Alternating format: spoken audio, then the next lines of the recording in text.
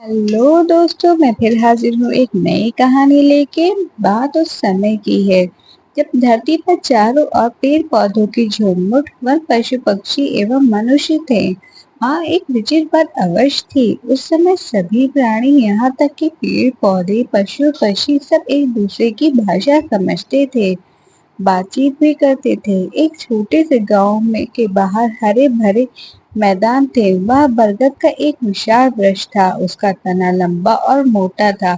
उसके पत्ते घने थे तथा शाखाएं चारों ओर फैली थी। उसकी शाखाओं से जटाएं निकलकर धरती तक आ रही थी। लगता था कि वह वृक्ष वहां बहुत वर्षों से खड़ा था। मैदान में कुछ गैया अपनी भेड़ बकरियां चराने आते थे। उनमें से एक लड़का अपनी बकरियों के साथ आया करता था। गर्मी के दिन थे। बकरियों के साथ इधर उधर घूमते घूमते वह गड़िया लड़का थक कर पस्त हो गया था। कुछ देर आराम करने के लिए वह बरगद के उसी वृक्ष के नीचे आ बैठा। बरगद के नीचे छाया थी। हवा भी शीतल चल रही थी। हवा के हल्के हल्के झोंके लड़के को थपथपाने लगे। पेड़ के तने के सहारे लड़का वहीं लेट गया। लड़के के पास पहले एक ही बकरी थी। धीरे धीरे उसने अपनी होशियारी से बकरियों का एक काफी बड़ा झुंड बना लिया था। वह अपने आप को महान समझने लगा था। तभी उसकी दृष्टि पेड़ पर लगे छोटे छोटे फूल और फलों पर गई। बरगद के फूल और फलों को देखकर वह तिरस्कार की हंसी हंसा और बोला, वाह रे विशाल पेड़, बस खुद ही बड़े हुए। अपने फूलों और फलों को तो देखो, अपनी लटकती दाढ़ी रूपी जटाओं को तो देखो। हा हा हा हा। बरगद ने यह सब सुना परंतु कुछ भी नहीं बोला। तभी हवा चलने लगी। पत्तों से सर सर की हल्की ध्वनि निकली, जैसे वे कोई लोरी गा रही हो। लड़की की आंखें शीघ्र ही लग गई। तभी एक दो फल उसके मुंह पर आ गिरे।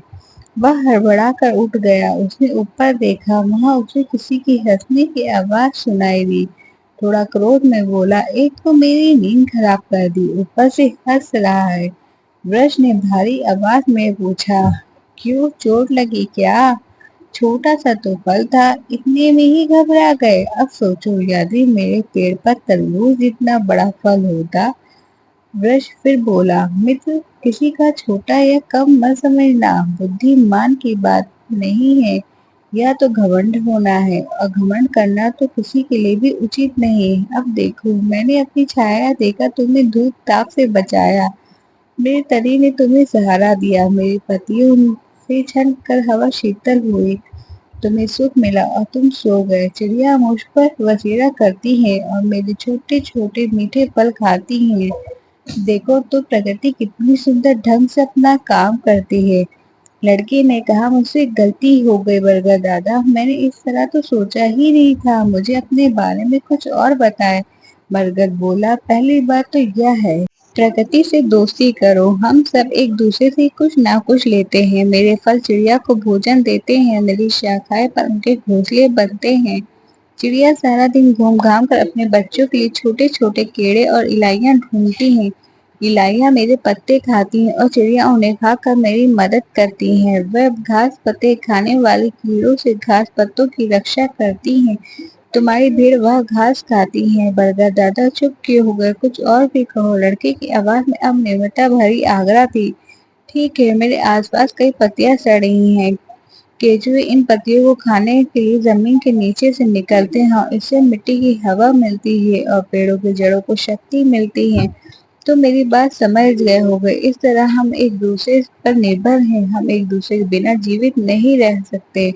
मुझे क्षमा कीजिए बरगद दादा, मुझे इन सब का ज्ञान न था। मैं आपसे कुछ और भी जानना चाहता हूँ। अरे अभी तो अपनी भेड़ बकरियों को देखो, भागी जा रही इधर उधर। बरगद हंसते हंसते बोला। लड़का अपनी बकरियों को पकड़ने भागा। वह सोच रहा था कि आज मैंने कितना कुछ सीखा।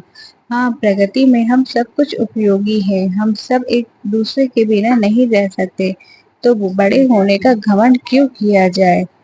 तो इस कहानी से हमें यह सीख मिलती है कि हमें ये प्रकृति से दोस्ती करनी चाहिए। Thank you for watching.